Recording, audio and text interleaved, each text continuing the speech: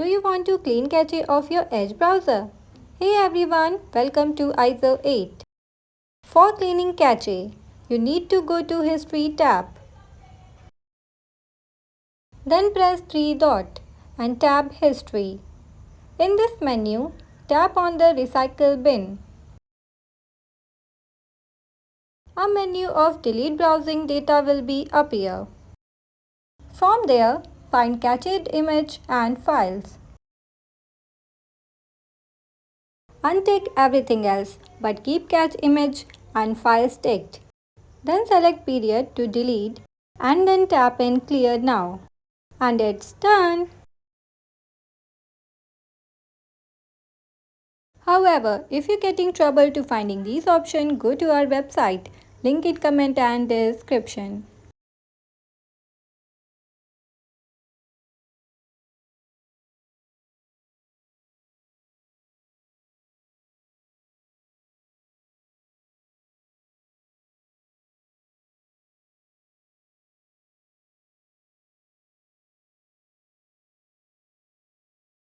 So don't forget to like this video, subscribe to the channel for more helpful content and hit the notification bell so you never miss an upload.